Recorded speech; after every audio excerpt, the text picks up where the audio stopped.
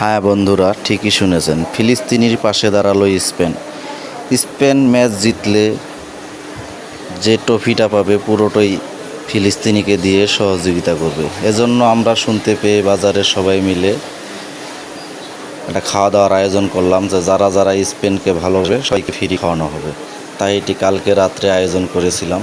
তো আল্লাহর রহমতে স্পেন জিতেছে। আর্জেন্টিনা ঘোষণা দিয়েছিল তারা ট্রফি পাইলে ইসরায়েলের পাশে থাকবে, তাই আমরা তাদের কাছ থেকে সরে গেলাম। আমরা সবাই স্পেনের জন্য খাওয়া দাওয়ার আয়োজন করেছিলাম।